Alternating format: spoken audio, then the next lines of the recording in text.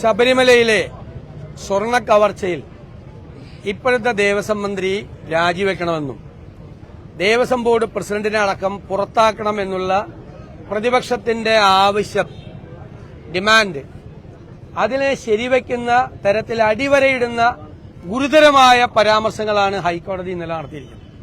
ഞങ്ങൾ പറഞ്ഞതെല്ലാം ശരിയാണ്.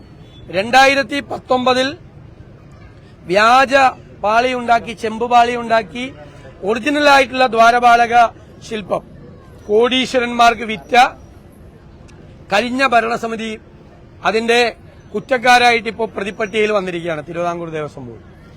ഇപ്പോഴത്തെ ദേവസ്വം ബോർഡിന് എന്താണ് ബന്ധം എന്ന് ഞങ്ങളോട് ചോദിച്ചപ്പോൾ ഞങ്ങൾ പറഞ്ഞു, അവർക്ക് അറിയാമായിരുന്നു. ഉണ്ണികൃഷ്ണൻ പോറ്റിയുടെ നേതൃത്വത്തിൽ ദേവസ്വം ബോർഡിന്റെ അനുമതിയോടുകൂടി വലിയ തട്ടിപ്പാണ് 2019 നടന്നത് എന്ന് അറിയാമായിരുന്നു ഇപ്പോഴത്തെ ഭരണസമിതിക്ക്. എന്നിട്ടും അവർ വീണ്ടും 2025 ഉണ്ണികൃഷ്ണൻ പോറ്റിയെ വീണ്ടും ക്ഷണിച്ചു വരുത്തിയാണുണ്ടായത്. ഞെട്ടിപ്പിക്കുന്ന തെളിവുകളാണ് ഹൈക്കോടതി പുറത്തുവിട്ടിരിക്കുന്നത്. ജൂലൈ 30 തിരുവാഭരണം കമ്മീഷണർ പറയുന്നു, ഇത് പുറത്തു കൊണ്ടുപോകരുത്, മദ്രാസിലെ കമ്പനി വിശ്വസിക്കാൻ കൊള്ളാവുന്നതല്ല.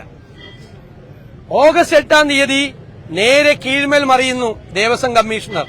കാരണം ഇത് ഉണ്ണികൃഷ്ണൻ പോറ്റിക്ക് തന്നെ കൊടുത്തുവിടണമെന്ന് പറയുന്നു. 21 ഓഗസ്റ്റ് 21 തിരുവാഭരണം കമ്മീഷണറുടെ റിപ്പോർട്ട് പുറത്തുവരുന്നു. അതിൽ നിന്ന് വളരെ വ്യക്തമാണ്, ദേവസ്വം പ്രസിഡന്റ്, ഇപ്പോഴത്തെ ദേവസ്വം പ്രസിഡന്റ് ഇടപെട്ടിട്ടാണ് തിരുവാഭരണം കമ്മീഷണറുടെ നടപടിക്കെതിരായി ഉണ്ണികൃഷ്ണൻ പോറ്റിക്ക് തന്നെ കൊടുക്കണം എന്നുള്ള വാശിയോടുകൂടി കൊണ്ടുപോയി. ആദ്യം കൊണ്ടുപോയത് വിറ്റു. ഹൈക്കോടതി ഇടപെട്ടില്ലായിരുന്നെങ്കിൽ ഈ 2025 കൊണ്ടുപോയ ദ്വാരപാലക ശില്പവും വിൽക്കുമായിരുന്നു. 6 കൊല്ലത്തിനുള്ളിൽ 40 വർഷത്തെ വാറണ്ടിയുള്ള സാധനം വീണ്ടും മങ്ങിയെന്നും പറഞ്ഞ് വീണ്ടും ഉണ്ണികൃഷ്ണൻ പോറ്റിക്ക് കൊടുത്തത് വലിയൊരു കവർച്ചയ്ക്ക് വേണ്ടിയിട്ടുള്ളതായിരുന്നു. അപ്പോ ദേവസ്വം നിയമങ്ങൾ മാനുവൽ ലംഘിച്ച് ഹൈക്കോടതിയുടെ വിധിയെ ലംഘിച്ചാണ് ഇപ്പോഴത്തെ ദേവസ്വം ബോർഡ് ഈ ദ്വാരപാലക ശില്പവും ബാക്കി കാര്യങ്ങളും പുറത്തേക്ക് കൊണ്ടുപോയത്. വലിയ സ്വർണ്ണ കവർച്ചയാണ് ശബരിമലയിൽ നടന്നത് എന്ന് ഹൈക്കോടതി അടിവരയിട്ട് രേഖപ്പെടുത്തിയിരിക്കുന്നു. ഇപ്പോഴത്തെ ദേവസ്വം ബോർഡിനും ഇപ്പോഴത്തെ ദേവസ്വം മന്ത്രിക്കും പങ്കുണ്ട് എന്ന് വളരെ വ്യക്തമാണ്. അതുകൊണ്ട് അടിയന്തരമായി ദേവസ്വം മന്ത്രി രാജിവെക്കണം, ദേവസ്വം ബോർഡിനെ പുറത്താക്കണം, ചവിട്ടി പുറത്താക്കണം. ഇപ്പോഴത്തെ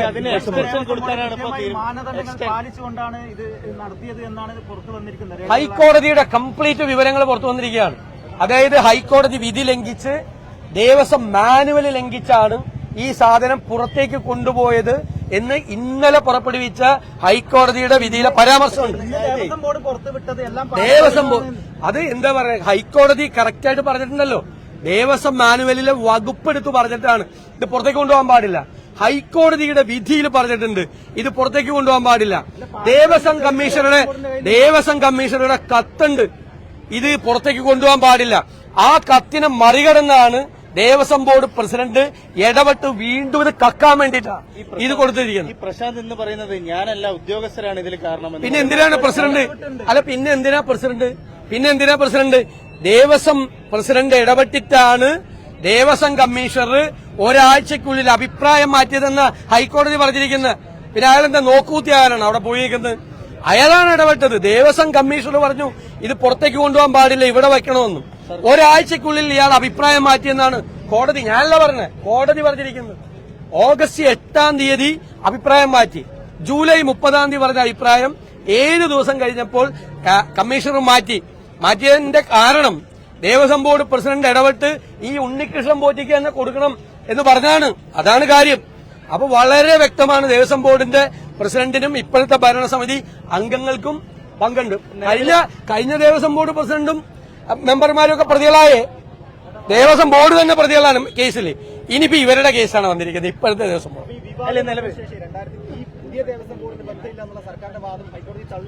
പൂർണ്ണമായി തള്ളി. കാരണം ഹൈക്കോടതി പറഞ്ഞു ഇവർക്ക് അറിയാമായിരുന്നു, അറിഞ്ഞിട്ടും ഇവർ വീണ്ടും ഇയാളെ വിളിച്ചു വരുത്തിയെന്നാണ് അറിഞ്ഞിരിക്കുന്നത്. കാരണം ദേവസ്വം കമ്മീഷണറുടെ അഭിപ്രായത്തെ പോലും മറികടന്നുകൊണ്ട് ദേവസ്വം പ്രസിഡന്റ് തീരുമാനമെടുത്തെന്നാണ്. ദേവസ്വം പ്രസിഡന്റിന്റെ അത് 21 ഓഗസ്റ്റ് 21 തിരുവാഭരണം കമ്മീഷണറുടെ കത്തിലുണ്ട് ദേവസ്വം പ്രസിഡന്റ് ഇടപെട്ടിട്ടാണ് ഇത് മാറ്റിയത്. ആ കത്ത് ഔദ്യോഗിക കത്താണ്. അതൊന്നും കണ്ടില്ല എന്ന് ഇപ്പോഴത്തെ ദേവസ്വം ബോർഡ് നിലവിലെ ദേവസ്വം ബോർഡിന് ഒരു മാനദണ്ഡം പാലിച്ചിട്ടില്ല എന്ന് ഹൈക്കോടതി പറഞ്ഞ അതിനെ പ്രതി അങ്ങനെയല്ലേ പറയാൻ പറ്റുള്ളൂ. പ്രതി അയാൾ പ്രതിയാകേണ്ട ആളാണ്. ദേവസ്വം ബോർഡ് പ്രസിഡന്റ്, ഇപ്പോഴത്തെ ദേവസ്വം ബോർഡ് പ്രസിഡന്റ് കള്ളൻ, കട്ട കള്ളന്മാരോ അല്ലെങ്കിൽ പ്രതിയാകേണ്ട ആളുകൾ ആരെങ്കിലും അയ്യോ ഞാൻ തെറ്റ് ചെയ്തെന്ന് പറയോ? കോടതി എടുത്തു പറഞ്ഞിരിക്കുകയാണ്. ഒരാൾ മോഷ്ടിച്ച ആളോട് താൻ കട്ടാടോ എന്ന് ചോദിച്ചാ ഞാൻ കട്ടെന്ന് ആരെങ്കിലും പറയുമോ? പറയില്ല. അത്രയേ ഉള്ളൂ. നിലവിലെ ബോർഡിന് എക്സ്റ്റൻഷൻ കൊടുക്കാനുള്ള തീരുമാനം രേഖകളൊക്കെ ഹാജരാക്കാൻ ഒരുപാട് സമയം കിട്ടിയല്ലോ. ഒരു രേഖയില്ല എന്ന് കോടതി കൃത്യമായിട്ട് പറഞ്ഞല്ലോ. കോടതിയുടെ എത്രാമത്തെ ഇതാണ് കൃത്യമായിട്ട് പ്രതിപക്ഷം കേരളത്തിൽ പറഞ്ഞത് മുഴുവൻ, ഞങ്ങൾ പറഞ്ഞ മുഴുവൻ കാര്യങ്ങളും 100% ശരിയാണെന്നാണ് ഹൈക്കോടതി വിധിയിലൂടെ പുറത്തു വന്നിരിക്കുന്നത്. മുഴുവൻ നിങ്ങൾ പോയി പന്തളത്ത് ഞാൻ നടത്തിയ പ്രസംഗം കേൾക്കും. പന്തളത്ത് ഞങ്ങളുടെ പദയാത്രയുടെ സമാപനം നടത്തിക്കൊണ്ട് ഇതെല്ലാം പറഞ്ഞതാ. ഇതെല്ലാം കാരണം ഇത് രേഖകൾ പരിശോധിക്കുന്ന ആർക്കും മനസ്സിലാവും. കോടതി ഇതിനു മുമ്പ് സൂചിപ്പിച്ചിട്ടുണ്ട്. ഇന്നലെ അടിവരയിട്ടുകൊണ്ട് കോടതി ഇത് ആവർത്തിച്ചു. ഈ പറഞ്ഞ കാര്യം ഇന്നലെ കോടതി പറഞ്ഞ കാര്യം ആദ്യമായിട്ട് ഇന്നലെയല്ല പറയുന്നത്, ഇതിനു മുമ്പ് പറഞ്ഞിട്ടുണ്ടായിരുന്നു കോടതി. അപ്പൊ ഇയാളെന്ത് തെളിവ് ഹാജരാക്കായിരുന്നു? എവിടെ പോയി ഇയാള്? ഈ പ്രസിഡന്റ് എവിടെ പോയി? ഇവരൊന്നും അതിന്റെ അടിച്ചതിന്റെ അകത്ത് കയറ്റാൻ പാടില്ല, ഓടിക്കണം അവിടെ നിന്ന്. അയ്യപ്പന്റെ തങ്ക വിഗ്രഹം അടിച്ചു മാറ്റാൻ വേണ്ടിയിട്ടാണ് ഈ പ്രാവശ്യം വന്നത്. കാരണം കതക് കൊണ്ടുപോയി, കട്ട്ള കൊണ്ടുപോയി, ദ്വാരപാലക വിഗ്രഹം കൊണ്ടുപോയി കോടീശ്വരന് വിറ്റ്. ഇനി അവിടെ ബാക്കിയുള്ളത് അയ്യപ്പന്റെ തങ്ക വിഗ്രഹമാണ്. അതുകൂടി ഇവന്മാരെ അടിച്ചുകൊണ്ടുപോയെന്ന് കോടതിയിലായിരുന്നു.